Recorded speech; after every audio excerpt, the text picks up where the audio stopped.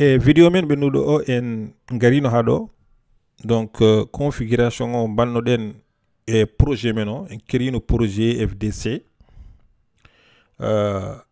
e projet mo créanɗen o neni ko oɗo projet voilà e nder Django.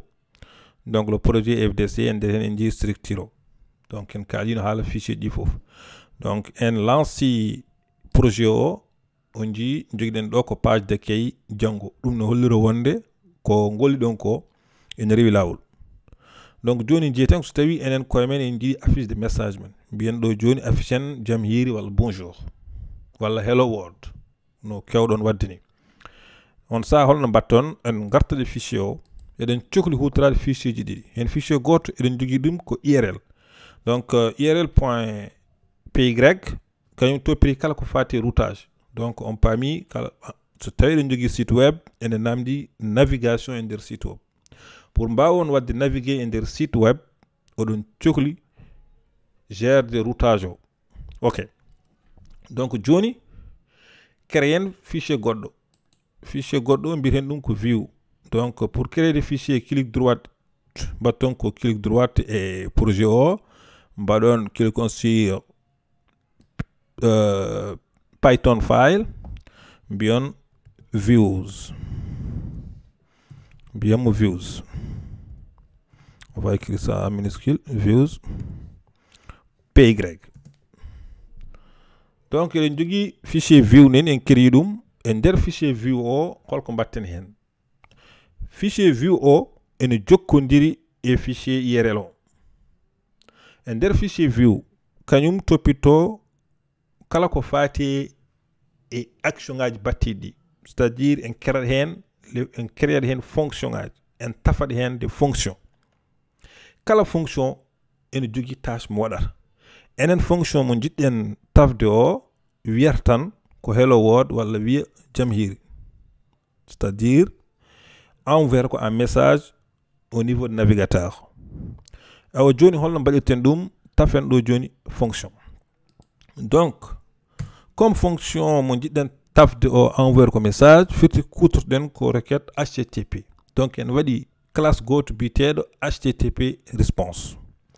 HttpResponse o joni mbaɗen importer bibliothèque mo woni o. Donc mbiyen from woni koye bibliothèque Django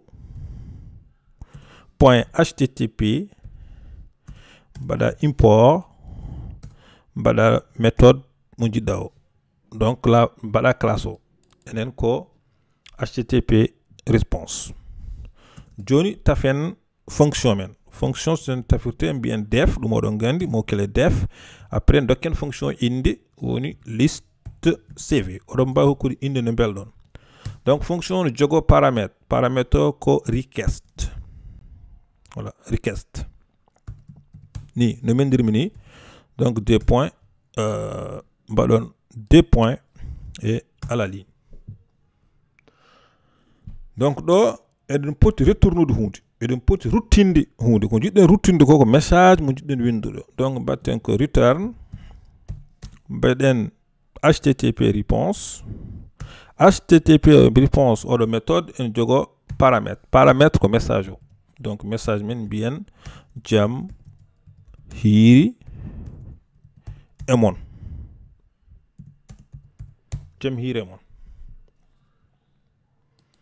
Donc fonction men o nafa tan ko affiche de message jaam hiiri e mon. Donc en créé fonction men. Fonction men wiyete ko liste CV. Donc oɗo fonction ene jokkodiri e IRL oɗo toppitiɗo kala ko fate banggue routage o. Donc en garat e IRL o ɗo e fichier IRL.py. Donc ɓeyden ɗo paf woni lawol woni chemin. Ewo mbiyen ɗo paf. Donc mbiyen sa ari e répertoire o, sa ari e IRL o il faut mbaɗa slash CV ne mbawa affiche de message amen o. ɗum ko jimmi wadde ɗo ko. Donc mbaɗon des points, mbaɗon CV, mbaɗon barre oblique. ɗum firti tan ko sa tappi URL site o il faut ma mbaɗa barre oblique mbaɗa CV, sinon a wawa affiche message amen o. mami holɗum on ma bindu ɗo ha leer. Donc paramètre keddiɗo o, paramètre dewɗo hen o mbiyata ko views, mbaɗa point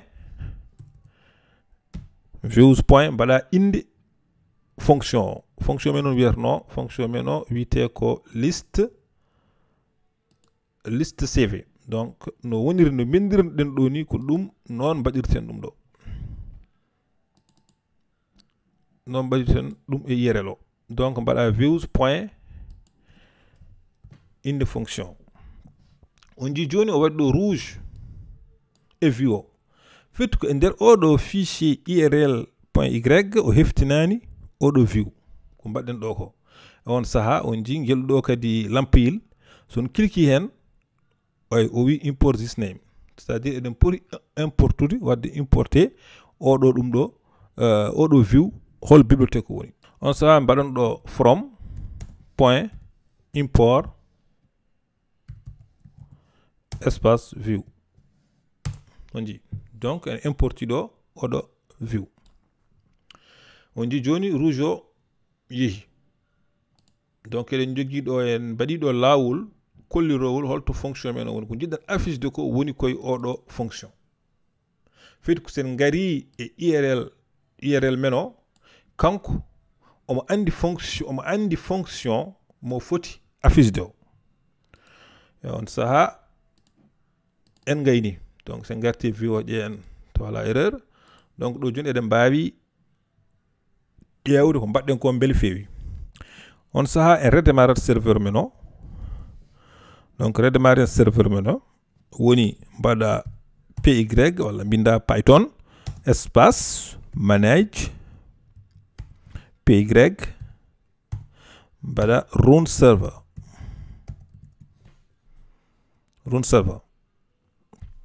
donc on ji mbaɗon entrée ɗo joni garen e cliquen e oɗo adresse, walla mbaɗon copie collé garon e navigateur mon bindon hen.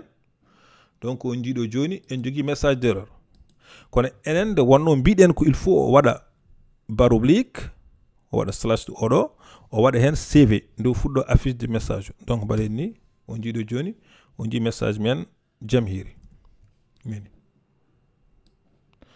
donc on paami wande le fichier view mo créé no e url to piriɗo ko fati routage haɗi jokkodiri.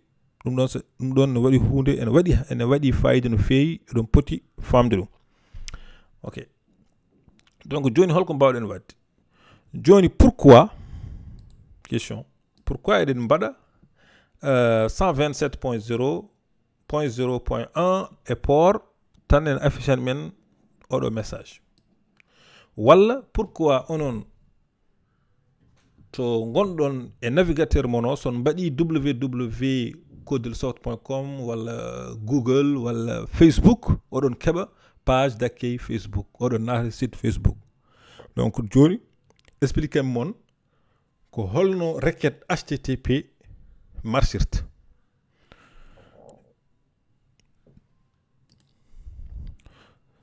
donc ngal ɗo natal ene hollira requête HTTP holno marchirta. ew wonande partie bleu o ɗo ko utilisateur o onon walla min, oɗon goni depuis galle mon navigateur mon web, c'est à dire oɗon gudditi Firefox walla Internet Explorer walla Google Chrome, e oɗo partie jeune kañum ko serveur web. on serveur web ene wawi wonde n'importe où dans le monde, ene wawi wonde États-Unis, ene wawi wonde France, ene wawi wonde Chine, ene wawi wonde Japon, ene wawi wonde kadi même hayto gonɗon ɗo. e on saha an gonɗo devant yesso ordinateur ma o, a tappi http a wi codelsoft.com, firti an ka baɗɗo demande e oɗo serveur joni ko tawi ko kanko héberge site kodel soft o, c'est-à-dire an gonɗa ko kayɗi oɗo serveur woni ko France, firti an ka namdiɗo depuis keydi e oɗo serveur gonɗo France wonde yo affichane site codelsoft.com. donc requête o an gonɗoɗa koye réseau ma, to gonɗa galle ma ɗo ko réseau ma local, donc a yalti réseau ma o e nder réseau Mauritanie, a fayi e réseau gonɗo nder France, e nder réseau gonɗo France so tawi peut-être woni koye Paris. Yeyi, so tawi koye Paris peut-être woni koye Paris 16e, ko ɗon serveur o héberge. ayi lawol mbaɗɗa ngol fof, lawol requête ma o waɗi, kono an to gonɗa galle ma ɗo an a anda, ganduɗa tan ko message, ganduɗa tan ko a tappi Google a yi affiche page mum, a tappi Facebook a affiche page mum, a anda ko namdiɗa ko holto woni aduna o. ewo donc serveur o so heɓi an requête ma o ƴeewa est ce que an ko namdiɗa ko ene woodi. on saha kankone o ruttinma réponse jaabowol, o ruttinma jaabowol. so tawi ko namdiɗa ko ne woodi o affichan ma page o, so tawi ko namdiɗa ko wodani jiya o wiya ma page not found walla impossible d'afficher cette page, fit kanko o yiyani ko namdiɗa ko e nder serveur o, walla tawa waɗi hen erreur, firti o ƴeewi o tawani hen. donc ni requête http marchirte, an mbatta ko demande, serveur o jaabo. ewo heddoto noon ne mbaɗɗa demande, no mbaɗɗa demande ɗo à travers cette réseau. donc kala requête baɗɗo traversé réseau, c'est-à-dire lumboto koye réseau o ha yetto to fayto, firti ko ene waɗi sécurité poɗɗo waɗede hen, gueɗe kewɗe ene wawi heftade requête o. e on saha ɗum waɗi oɗon jiya ne waɗi http mo ala s e https avec s. donc http baɗɗo s o firti ko requête mo namdiɗa o protocole o ene sécurisa, donc mo yetto serveur o avec sécurité, kadi réponse mo heɓato o kadi ene sécurisa, mo yetta kadi an taw ko avec sécurité. so tawi ko e-commerce gonɗa ene waɗi nafoore wattude hakkille haɗma nannude carte ma bancaire e wona certains site uji, ƴeewa beele formulaire mo nannata carte ma bancaire o ƴeewa dow URL o beele https woni ɗon walla to ko http ɓolo. so tawi ko http ɓolo hata waɗa hen carte ma bancaire, so tawi ko https firtu ken waɗi minimum kam de sécurité. ewo donc on dit ko tappaton e navigateur ko par exemple https :/codelsoft.com, ɗum holko firti, ɗum holko woni. on ji ɗo enen ɗo ɗum ɗo joni joguiɗen ɗo ko 127.0.0.1 e ɗo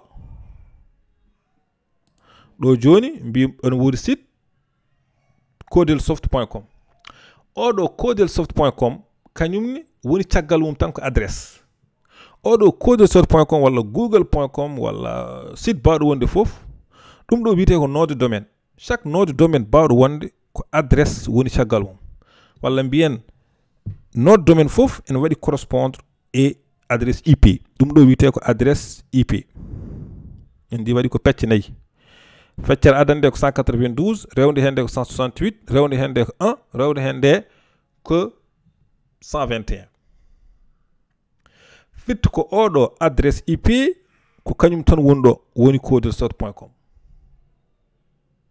heddoto noon correspondance o waɗa koye serveur e réseau ne wiye serveur DNS. donc ko hen administrateur uji réseau ɗi mbiyata donc oɗo ndeɗo inde wiyetede codelsoft.com walla yawo mi wiya codelsoft.com kañum tollodiri koye oɗo adresse, e oɗo nom de domaine goɗɗo tollodiri koye oɗo adresse. pourquoi ham mbaɗ ɗum? par ce que ƴeewe so tawino en mbi kala jiɗɗo consultude Facebook ko ma waɗa e hakkille mum adresse baɗo ni 192.168.1.121 nden waɗat caɗele no fewi. donc ɗum waɗi noon serveur DNS kañum ne jogui intelligence walla ko neɗɗo configure o jogoto intelligence wiide voilà donc oɗo node domaine waɗat correspondre koye oɗo adresse IP. donc neɗɗo o so tappi oɗo node domaine tan serveur o kañum sene neldata ko oɗo adresse e serveur web o. donc ɗon on paami ko jimmi wiide ko e nder réseau kañumni en jogui nafoore mawde e développement. ko heddi ko kala ko fate sécurité réseau en kala ko fate sécurité HTTP en natta nder hen no fewi.